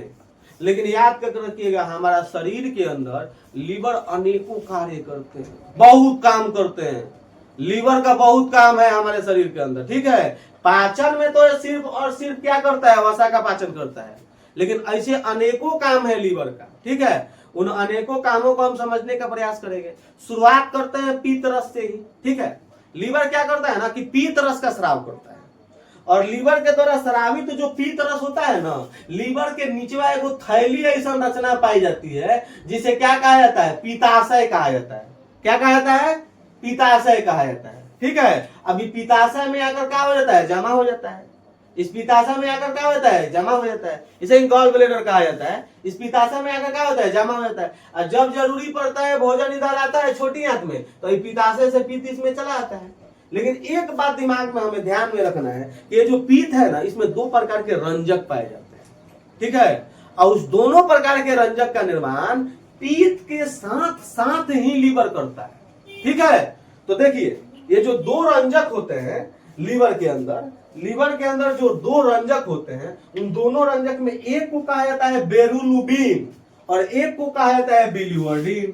यानी एक होता है बेरुलिबिन और एक होता है क्या, बिलीवर्डिन। पहले हम ये समझेंगे ना कि बेरुलुबिन और बिलीवर्डिन का निर्माण लीवर कैसे करता है, ठीक है। तो देखिए हमें पता है कि हमारे बॉडी के अंदर क्या पाया जाता है, आरबीसी। क्या पाया जाता है, रेड ब्लड सेल, ठीक है। अब इसका जीवन काल कितने दिन का होता है, 120 दिन। 120 दिन के बाद ही कहां जाके मर जाता है जी, प्लीहा में। प्लीहा या तिल्ली इसे कहा जाता है, जिसे इंग्लिश में स्प्लीन कहा जाता है, एक के ब्लड बैंक भी कहा जाता है। देखिए यहाँ होता है प्लीहा या तिल्ली, ठीक है। यहीं पर आकर यह क्या होता है, मर जाता है। और हमें पता है कि आरबीसी जो है, आरबीसी के साथ क्या पाया जाता है, हीमोग्लोबिन पाया जाता है। और हीमोग्लोबिन एक रंजक होता है, ठीक है। तो जब आरबीसी का अंत हो जाता है 120 दिन के बाद प्लीहा में जाकर, तो ये जो हीमोग्लोबिन है ना, इस हीमोग्लोबिन को लीवर मांग लेता है। किससे, तिल्ली से। और इस हीमोग्लोबिन को मांगकर और इस हीमोग्लोबिन से दो रंजकों का निर्माण करता है, जिसे बेरुलुबिन और बिलीवर्डिन कहा जाता है। क्या कहता है, बेरुलुबिन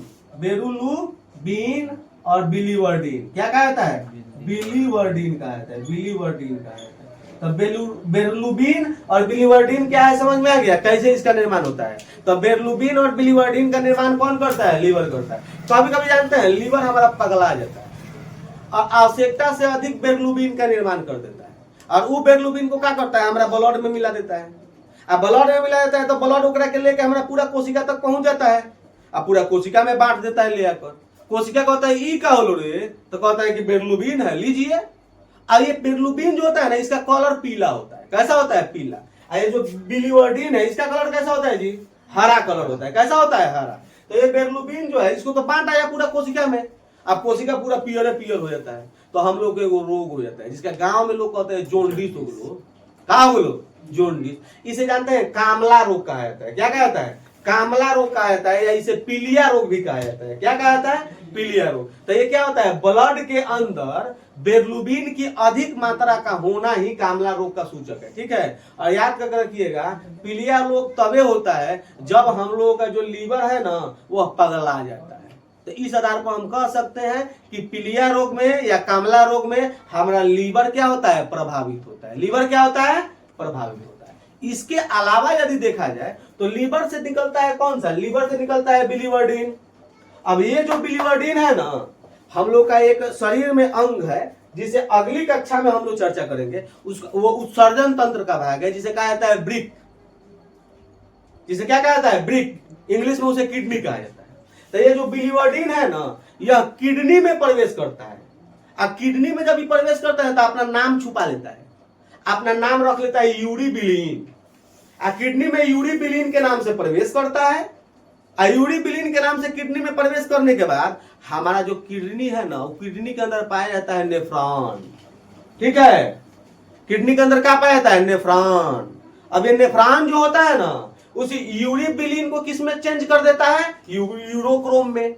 अब ये यूरोक्रोम जो होता है हमारे मूत्र के साथ मिल जाता है और मूत्र का पीला रंग यूरोक्रोम के कारण होता है। तो रियलिटी में हम बताएं तो मूत्र का पीला रंग अगर यूरोक्रोम ऑप्शन में नहीं देगा तो मारिएगा बिलीवर्डिन, अगर बिलीवर्डिन नहीं यूरोक्रोम नहीं देगा तो मारिएगा आप लोग लिवर्डिन, अगर वो नहीं देगा तो क्या मारिएगा, बिलीवर्डिन। क्या मारिएगा, बिलीवर्डिन। इसके कारण मूत्र का रंग क्या होता है, पीला होता है। खास करके स्पेशली एक याद करके रखिएगा, यूरोक्रोम। ठीक है, जिसके कारण मूत्र का रंग क्या होता है, पीला रहता है। मेन वजह यही है किसका, मूत्र का रंग पीला होने का। ठीक है, अब इसके बाद यदि हम बात करें किसके बारे में, लीवर के बारे में, तो लीवर जो होता है, देखिए सबसे पहले एक बात और जान जाइए कि अगर हमको चोट लगता है ना, चोट, तो हमें पता है, जैसे हम ये गांव समाज में लोग कहते हैं दोदरा उखड़ गेलो, का उखड़ गेलो, दोदरा। यानी चोट का जो निशान है ना, वह निशान बिलीवर्डिन के कारण ही होता है। अगर हमारे शरीर के अंदर बिलीवर्डिन नहीं होगा तो चोट का निशान नहीं बनेगा। यानी कि बिलीवर्डिन की मात्रा इस बात का सूचक है कि हमको चोट लगा है। ठीक है, जितने ज्यादा बिलीवर्डिन होगा उतने बड़का दोदरा उखड़ेगा। मैंने बड़का दोदरा का मतलब कि उतने जल्दी दोदरा उखड़ेगा। ठीक है, यानी चोट का निशान जो होता है उसका कारक क्या होता है, बिलीवर्डिन होता है। क्या होता है, बिलीवर्डिन होता है। आगे अब हम लोग चर्चा करेंगे पीतरस के ऊपर। तो ये लीवर जो है पीतरस का क्या करता है, स्राव करता है। और पीतरस मुख्य रूप से भोजन में मौजूद वसा का क्या करता है, पाचन करता है। तो पाचन के दृष्टिकोण से देखा जाए तो ये जो लीवर है ना, सिर्फ और सिर्फ पीतरस भेज रहा है, और वही पीतरस क्या करता है, भोजन में मौजूद वसा का पाचन कर रहा है। ठीक है, अब कुछ लीवर का कुछ अन्य कार्य के बारे में यदि हम चर्चा करें तो देखिए, हमारे शरीर के अंदर हिपेरिन होता है। क्या होता है, हिपेरिन। हमारे बॉडी के अंदर क्या होता है, हिपेरिन। हिपेरिन क्या करता है ना, कि हमारे शरीर के अंदर रक्त को जमने नहीं देता है। ये हिपेरिन जो है ना, इसका निर्माण भी लीवर करता है। हिपेरिन का निर्माण कौन करता है, लीवर करता है। देख रहे हैं कितना महत्वपूर्ण काम कर रहा है। हिपेरिन का निर्माण कौन करता है, हमारे शरीर के अंदर अम्ल और क्षार का नियंत्रण कौन करता है, लीवर। हमारे बॉडी के अंदर अम्ल और क्षार के ऊपर नियंत्रण कौन बना के रखता है, लीवर। देख रहे हैं। इसके बाद यदि देखा जाए तो हमारे शरीर जो है ना, इसके अंदर जल संतुलन का काम भी कौन करता है, लीवर। जल का संतुलन कौन करता है, शरीर के अंदर के जो तापमान है उसको भी नियंत्रित करने का काम कौन करता है, लीवर करता है। कौन करता है। सबसे महत्वपूर्ण बात है कि जो हमारा लीवर है यह निर्विषकारक का काम करता है, जिसे इंग्लिश में डिटॉक्सिफिकेटर कहा जाता है। यानी कि विष को सोखने का काम करता है। विष को क्या करता है, सोखने का काम करता है। जब हम एल्कोहल ग्रहण करते हैं ना, तो एल्कोहल को हमारे शरीर का कोई भी भाग एक्सेप्ट नहीं करता है। ठीक है, तो लीवर कहता है ठीक है आइए आपको हम एक्सेप्ट कर रहे हैं। ठीक है, तो एल्कोहल को सॉरी दोस्तों, तो एल्कोहल को कौन एक्सेप्ट करता है, लीवर एक्सेप्ट करता है। ठीक है, एक और बात, विष को सोखते सोखते सोखते सोखते ये लीवर स्वयं मर जाता है। ठीक है, तो एक और बात है कि जहर खाकर मरने वाले जितने भी व्यक्ति होते हैं ना, उनकी लीवर की जांच की जाती है। किसकी जांच की जाती है, लीवर की। और लीवर में अगर जहर के कंपोनेंट मिल गए तो समझ जाए कि आदमी जहर खा के मरल बा। तो अगल बगल जे हुई ओकर जांच हुई कि कौन व्यक्ति जो है इसको मारा है जहर खिलाकर, कोनो दिक्कत समझ नहीं। तो ये बात होती है किसका, लीवर का। ये सब काम है, क्या होता है, यही सब काम लीवर करता है। लेकिन इसके अलावा लीवर एक और काम करता है। देखिए, ऑर्निथिन चक्र एक होता है। ठीक है ना, तो ऑर्निथिन चक्र जो होता है ना, ऑर्निथिन चक्र को ये लीवर क्या करता है, चलाता है। अब एक बात हम लोग को समझना है कि ऑर्निथिन चक्र आखिर है, तो ध्यान दीजिए। अगर हम लोग ज्यादा मात्रा में प्रोटीन ग्रहण करेंगे ना, तो पहली बार लीवर उसे क्या करता है, प्रोटीन को कार्बोहाइड्रेट में बदल देता है। पहली बार लीवर उसको किसमें बदल देता है, कार्बोहाइड्रेट में। अब बार बार ज्यादा मात्रा में जब हम प्रोटीन ग्रहण करते हैं ना, तो लीवर पागल आ जाता है। लीवर कहता है अच्छे बार बार हम उसको कार्बोहाइड्रेट में बदल देते हैं तो मन चौसक गई होता है, सब प्रोटीन खाई छोड़ाते हैं। ठीक बानू, लीवर क्या करता है जानते हैं, बार बार पहली बार अगर हम क्या करते हैं प्रोटीन ज्यादा मात्रा में ले रहे हैं तो उसे तो लीवर कार्बोहाइड्रेट में बदल देगा। किसमें बदल देगा? कार्बोहाइड्रेट में बदल देगा। लेकिन अगर हम बार बार लेंगे ना तो लीवर उसे बदल देता है अमीनो अम्ल में। किसमें बदल देता है? अमीनो अम्ल में। अब ये जो अमीनो अम्ल है ना, इसके बाद यह अमीनो अम्ल अमोनिया में कन्वर्ट हो जाता है। किसमें कन्वर्ट हो जाता है? अमोनिया में। अमोनिया जिसे NH3 कहा जाता है। क्या कहा जाता है? NH3। ये मत समझिएगा नेशनल हाईवे नंबर 3 ना, ये NH3 है। ठीक है, अमोनिया का क्या है? सूत्र है। अमोनिया का क्या है? सूत्र है, रासायनिक सूत्र है। तो अमीनो अम्ल किस में बदल जाता है? अमोनिया में बदल जाता है। अब यह जो अमोनिया है ना, यह यूरिया में कन्वर्ट हो जाता है। किस में कन्वर्ट होता है? यूरिया का सूत्र होता है NH2CO NH2CO देखिए तो यहाँ तक दिखाई दे रहा है ना, NH2CO ठीक है, यह यूरिया का फॉर्मूला होता है। और उसके बाद इस यूरिया को क्या किया जाता है? हमारे ब्रिक में भेज दिया जाता है, जिसमें ब्रिक क्या करता है? इसको मूत्र में मिला देता है। और मूत्र के बाद इसका क्या होता है? बाहर उत्सर्जन होता है। क्या होता है? उत्सर्जन होता है। उत्सर्जन होता है। ठीक है, और ये जो पूरी प्रक्रिया है ना, इसे ही कहा जाता है ऑर्निथीन चक्र। क्या कहा जाता है? ऑर्निथीन चक्र। तो ये ऑर्निथीन चक्र कौन चलाता है? लीवर चलाता है। कौन चलाता है? लीवर चलाता है। ठीक है, तो लीवर ऑर्निथीन चक्र का चलाता है। ऑर्निथीन चक्र में क्या होता है कि जब हम पहली बार ज्यादा मात्रा में प्रोटीन को क्या करते हैं? ग्रहण करते हैं। तो पहली बार जब हम ज्यादा मात्रा में प्रोटीन लेते हैं तो लीवर उसे कार्बोहाइड्रेट में बदल देता है। लेकिन बार बार यदि हम अधिक मात्रा का प्रोटीन लेंगे तो लीवर उसे क्या करता है? एमिनो अम्ल में बदल देगा। और उसके बाद वह एमिनो अम्ल से अमोनिया में कन्वर्ट हो जाएगा। अमोनिया जिसे NH3 कहा जाता है। अमोनिया के बाद वह यूरिया में कन्वर्ट हो जाएगा, जिसे NH2CO के नाम से जाना जाता है। और यूरिया को बाद में क्या किया जाएगा? ब्रिक के माध्यम से उसे मूत्र में मिला दिया जाएगा। उसके बाद उत्सर्जी पदार्थ के रूप में बाहर क्या कर दिया जाएगा? उसका निष्कासन कर दिया जाएगा। ठीक है, और यही जो चक्र बना है ना, ये जो एक चक्र चल रहा है, इस चक्र को कहा जाता है ऑर्निथीन चक्र, जिसको लीवर के द्वारा संपादित किया जाता है। ठीक है, तो लीवर, ये काम है लीवर का। ठीक है ना, और पाचन में सिर्फ और सिर्फ लीवर का एक ही योगदान है। क्या योगदान है? पीत रस देना है, जो कि वसा का क्या करता है? पाचन करता है। और भोजन को क्या करता है? क्षारीय बनाता है, क्योंकि भोजन हमारे स्टमक आमाशय में अम्लीय हो गया है ना, तो इसमें भोजन क्या होता है? क्षारीय हो जाता है। ठीक है, चलिए, तो लीवर का ये काम है। इसके बाद अब हम चर्चा करने वाले हैं। देखिए, ये लीवर काम कहाँ कर रहा है? छोटी आंत में। छोटी आंत में जब भोजन है ना, तो उसका हेल्प कर रहा है कौन? लीवर। तो एक तरफ से तो लीवर हेल्प कर दिया, अब दूसरी तरफ से कौन हेल्प करेगा? दूसरी तरफ से हमारा अग्न्याशय हेल्प करेगा, जिसे इंग्लिश में पैंक्रियाज कहा जाता है। क्या कहा जाता है? पैंक्रियाज। देखिए, लीवर को लेकर एक और बात आप लोग दिमाग में बिठा कर रखिएगा कि हमारे शरीर का सबसे बड़ा ग्रंथि है ये, सबसे बड़ा अंतःस्रावी ग्रंथि है। ठीक है, हमारे बॉडी का सबसे बड़ा अंतःस्रावी या आंतरिक ग्रंथि कौन सा है? लीवर। लेकिन अगर अग्न्याशय के बारे में, अग्न्याशय पर हम चर्चा कर रहे हैं, अग्न्याशय के बारे में अगर पूछे तो अग्न्याशय हमारे शरीर का दूसरा सबसे बड़ा ग्रंथि है। ठीक है, और अग्न्याशय जो है ना, इसे हम मिक्स ग्रंथि के नाम से जानते हैं।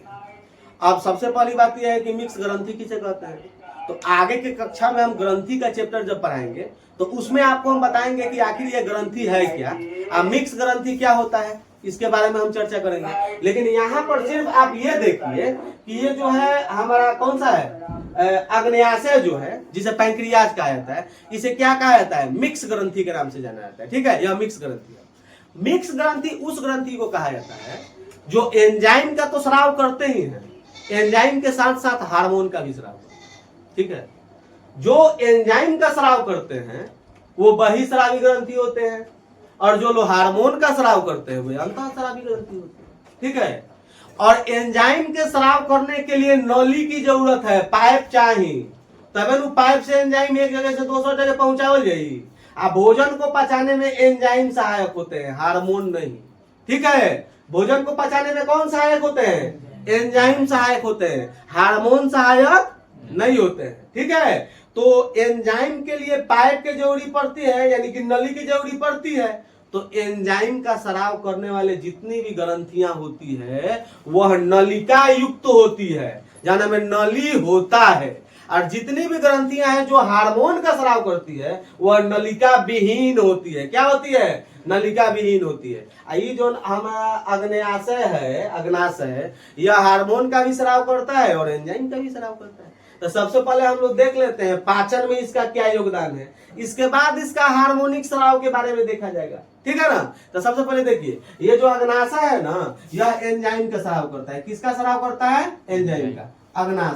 अग्नाशय जो है यह एंजाइम का स्राव करता है और 3 एंजाइम का स्राव करता है। ठीक है, 3 वो एंजाइम का स्राव करता है। टाल, TAL, टी से होता है ट्रिप्सिन। क्या होता है?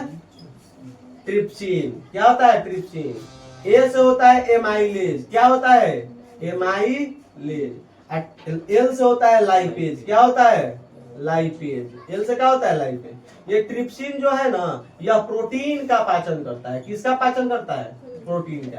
एमाइलेज जो है यह कार्बोहाइड्रेट का पाचन करता है। किसका पाचन करता है? कार्बोहाइड्रेट। और ये जो लाइपेज है ये हम लोगों के वसा का पाचन करता है। किसका पाचन करता है? वसा का। तो ध्यान दीजिएगा हम लोग को भोजन में भी 3 ही चीज मिलता है। कौन कौन? प्रोटीन मिलता है, कार्बोहाइड्रेट मिलता है, वसा मिलता है। और तीनों को पचाने वाला जो है एंजाइम ई अग्न्याशय जो है भेज दिया है। कहाँ? छोटी आंत के पास।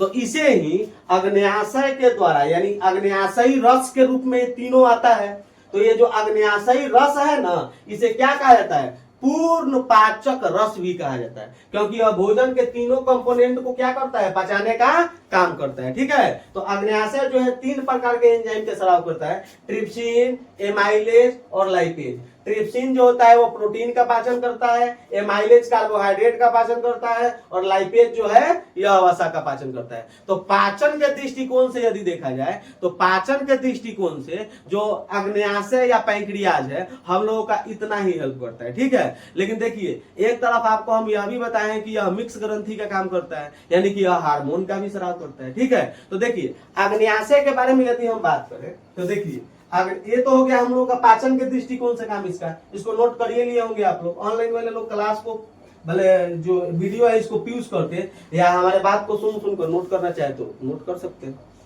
नहीं तो कोनो बात नहीं है, सिर्फ सुनते रहिए। ठीक है ना, एकदम मजे के साथ सुनते रहिए। क्लास को सुन लीजिएगा खाली, क्लास तो एकदम कंप्लीट हो जाएगा। ठीक है ना, खाली सुनते रहिए। ठीक है ना, चलिए देखिए अगर हम बात करें किस अग्न्याशय का, देखिए इसमें उभरा हुआ यहाँ पर रचना बनाए हैं। ठीक है, इसको हम यहाँ पर अलग से बना देते हैं। मान लीजिए कि यह अग्न्याशय हो गया, इसमें क्या होता है? उभरा ऐसी रचनाएं पाई जाती है। ठीक है, जिसे क्या कहा जाता है जी? आप लोगों में कोई बता सकता है? इसे द्वीपिका कहा जाता है। क्या कहा जाता है? द्वीपिका। ठीक है, ये जो उभरी हुई रचनाएं पाई जाती है इसे क्या कहा जाता है? द्वीपिका।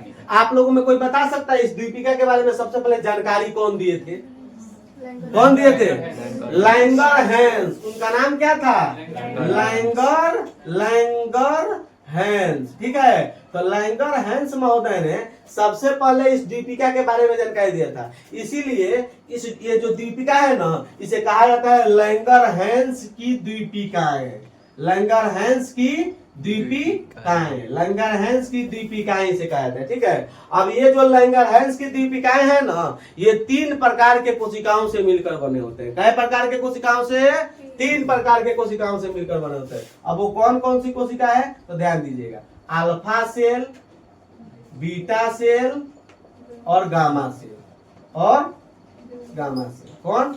Gamma cell. ठीक है, अभी तीनों सेल का अलग अलग खासियत है। ठीक है, ये जो अल्फा सेल है ना ये अल्फा सेल अलग प्रकार के हार्मोन का स्राव करता है, बीटा सेल अलग हार्मोन का स्राव करता है और गामा सेल अलग हार्मोन का स्राव करता है। ठीक है, तो सबसे पहले हम लोग क्या देखेंगे अल्फा सेल के बारे में कि अल्फा सेल आखिर कौन सा हार्मोन का स्राव करता है। ठीक है, तो अल्फा सेल ग्लूकेगॉन हार्मोन का स्राव करता है। कौन हार्मोन का स्राव करता है? ग्लूकेगॉन। कौन?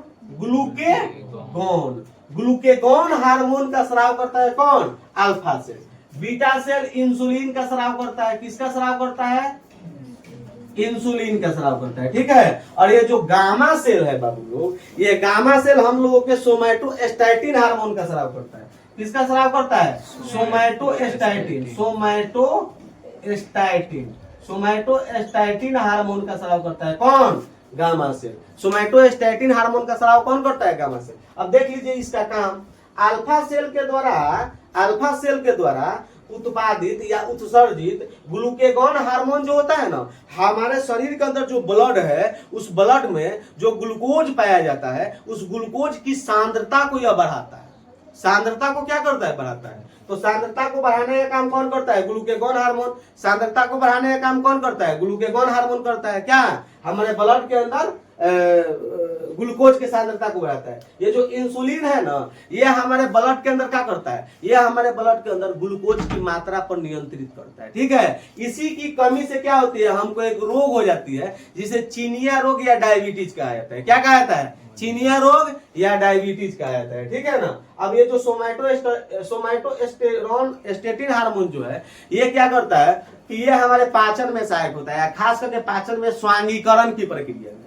ये स्वांगीकरण की प्रक्रिया जो होती है ना, हमारा छोटी आंत का सबसे अंतिम भाग जो होता है, ठीक है, इलियम, वहां पर होता है स्वांगीकरण की प्रक्रिया। उसी में ये क्या होती है? सहायक होती है। कौन? Somatostatin hormone. कोनो दिक्कत समझने में? तो ये हो गया हार्मोनिक दृष्टिकोण से अग्न्याशय का क्या हमारे पाचन तंत्र में तो योगदान तो हो ही गया था पहले, एंजाइमिक दृष्टिकोण से। हार्मोनिक दृष्टिकोण से भी इसका क्या योगदान है? ये भी हो गया। किसका? अग्न्याशय का। ठीक है, तो दूसरा सबसे बड़ा क्या है? अंतःस्रावी ग्रंथि कौन सा है? अग्न्याशय है। कौन सा है? अग्न्याशय। दूसरा सबसे बड़ा, और इसे मिश्रित ग्रंथि के नाम से भी जाना जाता है। अब ध्यान दीजिएगा, हमारा जो भोजन है ना, ये हमारा भोजन स्टमक से यानी आमाशय से छोटी आंत में आया है। और यह जो छोटी आंत है, इस छोटी आंत का 3 गो भाग है। छोटी आंत का कई गो भाग है? 3 गो भाग है। छोटी आंत का कई गो भाग है? छोटी आंत का 3 गो भाग है। ठीक है, एक भाग को कहा जाता है डेडुनम, दूसरे को कहा जाता है जेजुनम, और तीसरे को कहा जाता है इलियम। क्या कहा जाता है? इलियम। तो देखिए, ये जो प्रोग्राम चल रहा है लीवर के द्वारा और अग्न्याशय के द्वारा, ये सारा प्रोग्राम चल रहा है छोटी आंत के डेडुनम वाला पार्ट में। कौन पार्ट में? डेडुनम वाला पार्ट में। तो मान लीजिए कि यह डेडुनम वाला पार्ट हुआ, इसको हम ऐसे बना लेते हैं। ठीक है, तो ये डेडुनम वाला पार्ट हो गया। इसमें जानते हैं पीत रस भोजन का, पीत रस क्या करता है? भोजन में वसा का पाचन कर रहा है। अग्न्याशय से निकलने वाला अग्न्याशयी रस पाचन कर रहा है। इसके अलावा जो छोटी आंत है, इसका अपना आंत ग्रंथि है, जिसमें कौन कौन सा है जी? तो जिसमें हमारा जैसे माल्टेज है। ठीक बा, माल्टेज पाया जाता है। माल्टेज नामक एंजाइम जो कि माल्टोज का पाचन करता है। कौन दिक्कत समझने में? लैक्टेज नामक एंजाइम पाया जाता है जो कि लैक्टोज का पाचन करता है। ठीक है, उसके बाद सुक्रेज नामक एंजाइम पाया जाता है जो कि सुक्रोज का पाचन करता है। किसका? इस आंत ग्रंथि में अपना जो है उसका। ठीक है, आंत रस है। ठीक है ना। तो ये सब मिलके भोजन को साफ एकदम दूध जैसा बना देता है। कैसा बना देता है? भोजन अब किस रूप में बदल जाता है? दूध के रूप में। ठीक है, अब देखिए जस्ट इसके ऊपर जो है आमाशय में भोजन काइम के रूप में बनता है। किस रूप में हो जाता है? काइम में। और छोटी आंत के पहला पार्ट जो है जिसका नाम है डेडुनम, डेडुनम में आते आते भोजन कैसा रूप धारण कर लेता है? दूध का जैसन हो जाता है, एकदम दूध जैसन पतला हो जाता है। कैसन हो जाता है? दूध जैसन पतला होता है। ठीक है, अब ये दूध जैसन पतला भोजन किसमें पहुंचता है? जेजुनम वाला पार्ट है। जेजुनम वाले पार्ट में भोजन के साथ किसी भी प्रकार की छेड़खानी नहीं की जाती है, यानी कि जेजुनम वाला पार्ट सिर्फ और सिर्फ माध्यम प्रदान करता है। ठीक है, अब दूध ऐसा पतला भोज्य पदार्थ जो है वह जेजुनम के माध्यम से कहां पहुंचता है? इलियम में। अब इलियम में क्या होता है कि भोजन में से क्या होता है? अवशोषण का कार्य होता है। किसका काम होता है? अवशोषण का। भोजन में से किसका काम होता है? अवशोषण का। यानी इलियम में क्या पाया जाता है? इलियम वाला पार्ट में बिली या बिलाई पाया जाता है, जिसे रसांकुर कहा जाता है। ठीक है, रस के समान रसांकुर जो होता है। अब ये रसांकुर क्या करता है? ये रसांकुर जो है हमारे भोजन में से अवशोषित करता है पोषक तत्वों को। किसको अवशोषित करता है? पोषक तत्वों को अवशोषित करता है। ठीक है, और पोषक तत्वों को अवशोषित करके उसे क्या करता है? पोषक तत्व जो होता है उसको अवशोषित करके प्लाज्मा के माध्यम से या ब्लड के माध्यम से हमारे कोशिकाओं तक पहुंचवाने का काम करता है। ठीक है, और यह अवशोषण करने की जो प्रक्रिया है इसे स्वांगीकरण कहा जाता है। क्या कहा जाता है? स्वांगीकरण। ठीक है, इसे क्या कहा जाता है? स्वांगीकरण कहा जाता है। क्या कहा जाता है? स्वांगीकरण। तो ये जो लास्ट वाला पार्ट है इलियम, इलियम में भोजन का क्या होता है? स्वांगीकरण होता है। लेकिन अगर डेडुनम में पूछा जाएगा तो डेडुनम में भोजन का क्या होता है? पायसीकरण होता है। क्या होता है? पायसीकरण। तो क्वेश्चन पूछेगा भोजन दूध ऐसा पतला कहाँ हो जाता है? डेडुनम में। भोजन का पायसीकरण कहाँ होता है? डेडुनम में। अब भोजन का स्वांगीकरण कहाँ होता है? इलियम में। भोजन का स्वांगीकरण कहाँ होता है? इलियम में। भोजन का अवशोषण का, भोजन में से पौष्टिक तत्वों का अवशोषण कहाँ होता है? इलियम में। अब यह इलियम के बाद भोजन कहाँ प्रवेश करेगा जी? हमारा बड़ी आंत में। किसमें प्रवेश करेगा? बड़ी आंत में। छोटी आंत का काम क्या हो गया? समाप्त हो गया। अब भोजन हमारा बड़ी आंत में घुस रहा है, ठीक है। बड़ी आंत में भोजन के एंट्री करने से पहले इसको देख लीजिए आप लोग। ये है अपेंडिक्स, ठीक है। अपेंडिक्स जो है ना, यह सेलुलोज का पाचन करता है, ठीक है। ये जो बड़ी आंत है ना हमारा, इस बड़ी आंत का भी 3 भाग होता है। बड़ी आंत का कितना भाग होता है? 3 भाग। ये जो बड़ी आंत है हमारा, बिग इंटेस्टाइन, बड़ी आंत, इस बड़ी आंत का 3 भाग होता है, ठीक है। एक को कहा जाता है सबसे पहले सीकम। क्या कहा जाता है? सीकम। सीकम। सीकम के बाद दूसरा होता है कोलोन। कोलोन। इसके बाद होता है रेक्टम। इसके बाद होता है, क्या होता है? रेक्टम। Caecum, colon, rectum. ध्यान दीजिएगा, ये है हम लोग का अपेंडिक्स। ये क्या है? अपेंडिक्स। अब बड़ी आंत का जो पहला पार्ट है सीकम, ये सीकम जानते हैं सेलुलोज का पाचन करता था। किसका पाचन करता था? सेलुलोज का पाचन करता था। और जब यह सीकम सेलुलोज का पाचन करता था ना, उस वक्त ये जो अपेंडिक्स है यह सहायता करता था। सीकम के कार्य करने में यह सहायता प्रदान करता था। कौन? अपेंडिक्स। लेकिन वर्तमान समय में मानव के पाचन तंत्र जो है, इसमें सेलुलोज का पाचन नहीं होता है। यानी कि हम लोग का सीकम जो है ये काम नहीं करता है, सिर्फ माध्यम प्रदान करता है और कोई काम नहीं करता है। तो बताइए, जब सीकम काम नहीं करता है तो ये तो बेरोजगार हो गलो अपेंडिक्स। काहे कि इसको रोजगार सीकम के माध्यम से मिला था। सीकम जब पाचन करता था सेलुलोज को, तो इसको भी काम मिलता था थोड़ा थोड़ा, तो बेचारा का गुजर बसर हो रहा था। अब सीकम काम नहीं कर रहा है, खाली माध्यम प्रदान कर रहा है। बात समझ में आ रहा है? तो ये अब बेरोजगार हो गया है। अभी बेरोजगार हो गया है ना, तो रह रहता है, रह इसमें ऐठी आता है, दौड़ पड़ जाता है इसमें, ठीक है। तो लोग कहता है अपेंडिक्स का ऑपरेशन करेंगे, ठीक है। तो ये इसको एक ही उपाय होता है कि अपेंडिक्स का क्या किया जाता है? ऑपरेशन करके बाहर निकाल दीजिए। काहे कि यह अवशेषी अंग है, इसका कोनो काम ही नहीं है, ठीक है। इसका कोई काम नहीं है। तो देखिए, बड़ी आंत का जो पहला पार्ट है सीकम, सीकम सेलुलोज का पाचन करता है। जो भोजन दूध के रूप में अंदर एंट्री कर रहा है, कुछ पौष्टिक तत्वों का क्या हो गया है? अवशोषण हो गया है इलियम वाला पार्ट में, छोटी आंत के। उसके बाद जो दूध जैसा भोजन आगे बढ़ रहा है, तो उस आगे वाले भोजन जब दूध वाला बढ़ रहा है, तो सीकम क्या करता है? उस दूध वाले भाग में जो सेलुलोज होगा उसका क्या करता है? पाचन करता है। सेलुलोज का क्या करता है? पाचन। लेकिन सेलुलोज है नहीं है, तो यह पाचन नहीं करते हैं, सिर्फ माध्यम प्रदान करते हैं। तो भोजन यहाँ से ऐसे ऐसे ऐसे क्या होगा? आगे बढ़ जाता है, ठीक है। अब आगे जब हम लोग आते हैं तो यहाँ पर होता है क्या? हम लोग का कोलोन। क्या होता है? कोलोन। सीकम के बाद क्या होता है? कोलोन। अब ये कोलोन जो करता है ना, कोलोन का मेन काम है अवशोषण। यही कोलोन जो होता है ना, इसी के पास क्या होता है कि कोलोन के पास विटामिन का, खनिज तत्वों का तथा जल का अवशोषण होता है। और कोलोन इसको अवशोषित करता है, यहाँ पर अवशोषित करके ब्लड के साथ मिला देता है। और वह ब्लड जो है उसको लेकर हमारे कोशिकाओं तक पहुंच जाता है, जिसके कारण हमारे शरीर में क्या होता है? भोजन की, भले पानी की कमी नहीं होती है, ठीक है। एक रोग होता है डायरिया। डायरिया में क्या होता है ना कि हमारा बड़ी आंत प्रभावित होता है। अब बड़ी आंत का भाग खास करके कोलोन क्या हो जाता है? प्रभावित हो जाता है। अब ये जो कोलोन प्रभावित हो जाता है ना, तो जल का अवशोषण नहीं होता है। ये क्या करता है? जल का अवशोषण करता है, खनिज तत्वों का अवशोषण करता है। इसके अलावा देखा जाए तो यह विटामिन का अवशोषण करता है। किसका अवशोषण करता है? विटामिन का, ठीक है। जब यह क्या काम करना बंद कर, माने इसमें यह प्रभावित जब हो जाता है, तो ये तीनों का अवशोषण नहीं होता है। अब पेटझड़ी चालू हो जाता है, उसे डायरिया कहा जाता है। क्या कहा जाता है? डायरिया कहा जाता है। तो डायरिया में हमारा बड़ी आंत प्रभावित होता है और बड़ी आंत का कोलोन प्रभावित होता है, ठीक है। आगे बढ़े। कोलोन के बाद भोजन कहाँ पहुंचता है? रेक्टम के पास, ठीक है। ये है रेक्टम। लास्ट वाला पार्ट को क्या कहता है? रेक्टम। और रेक्टम के बाद गुदा द्वार के माध्यम से भोजन कहाँ निकल जाता है? बाहर निकल जाता है। तो रेक्टम जो है मुख्य रूप से भोजन जो होता है ना, भोजन को भोजन में बेग्लुबिन मिलाने का काम करता है, ठीक है। और भोजन को बाहर निकालने का रास्ता प्रदान करने का काम करता है, ठीक है। उसके बाद भोजन क्या होता है? तो गुदा द्वार के माध्यम से बाहर निकल जाता है, ठीक है। तो बड़ी आंत के बारे में थोड़ा सा सुन लीजिए आप लोग। बड़ी आंत का मुख्य काम क्या है? भोजन में मौजूद पानी और खनिज तथा विटामिन का क्या करना? अवशोषित करना। इसका क्या है? 3 भाग होता है। सीकम होता है, बड़ी आंत का प्रथम भाग है, तथा भोजन में मौजूद सेलुलोज फाइबर का क्या करता है?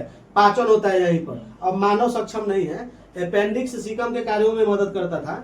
लेकिन अब इसको ऑपरेशन करके क्या बाहर निकालना पड़ता है कभी कभी, ठीक है। कोलोन क्या करता है, विटामिन, खनिज तत्व और जल का क्या करता है, अवशोषण करता है। रेक्टम या बड़ी आंत का अंतिम भाग है और यहीं पर मल क्या हो जाता है, इकट्ठा हो जाता है और निश्चित समय के बाद गुदा द्वार के माध्यम से क्या होता है, बाहर हो जाता है, ठीक है। देखिए हम लोग क्या करते हैं, व्यायाम करते हैं, तो व्यायाम की अगर कमी हो जाएगी, चाहे अगर गलत खान पान हो जाएगा, चाहे अगर हम लोग धूम्रपान करने लगेंगे, तो ऐसी स्थिति में क्या होता है कि हमारा रेक्टम जो है ना, यह प्रभावित हो जाता है। लास्ट वाला जो पार्ट है यह रेक्टम, यह प्रभावित होता है और इसे ही क्या कहा जाता है, कब्ज कहा जाता है कि हमरा का हो गेलो, कब्ज हो गेलो, का हो गेलो, कब्ज हो गेलो। ओकरे कॉन्स्टिपेशन भी कहा जाता है, कब्ज या कॉन्स्टिपेशन। आ कब्ज या कॉन्स्टिपेशन की स्थिति अगर ढेर दिन तक रह जाए ना होगा, तो वो एक रोग का निर्माण कर देता है, बवासीर। तो बवासीर रोग जो है ना, यह हमारे रेक्टम से संबंधित है। किससे संबंधित है, रेक्टम से। किससे संबंधित है, रेक्टम से संबंधित है, ठीक है। अब पेचिस भी एक है रोग, तो पेचिस की स्थिति भी हमारे रेक्टम से संबंधित है, ठीक है। पेचिस की स्थिति में भी रेक्टम प्रभावित होता है। इसमें क्या होता है ना कि रेक्टम में जो है क्या होता है, फफोला पड़ जाता है, ठीक है। और जब हम उत्सर्जन की क्रिया करते हैं तो उत्सर्जन के मार्ग में क्या होता है, ब्लड आने लगता है, जिसे खूनी बवासीर के नाम से जाना जाता है, ठीक है। तो ये है हम लोग का पाचन तंत्र से संबंधित कुछ महत्वपूर्ण जानकारी, ठीक है। हम लोग का पाचन तंत्र क्या हो गया, समाप्त हो गया। भोजन को हम लोग मुंह से इंटर किए और रेक्टम या गुदा द्वार से बाहर कर दिए, ठीक है। तो चलिए अब हम फिर नेक्स्ट वीडियो में आप लोग के उत्सर्जन तंत्र के बारे में समझाएंगे, ठीक है। तो मिलते हैं फिर नेक्स्ट वीडियो में, समय को बिना बर्बाद किए हुए। जय हिंद।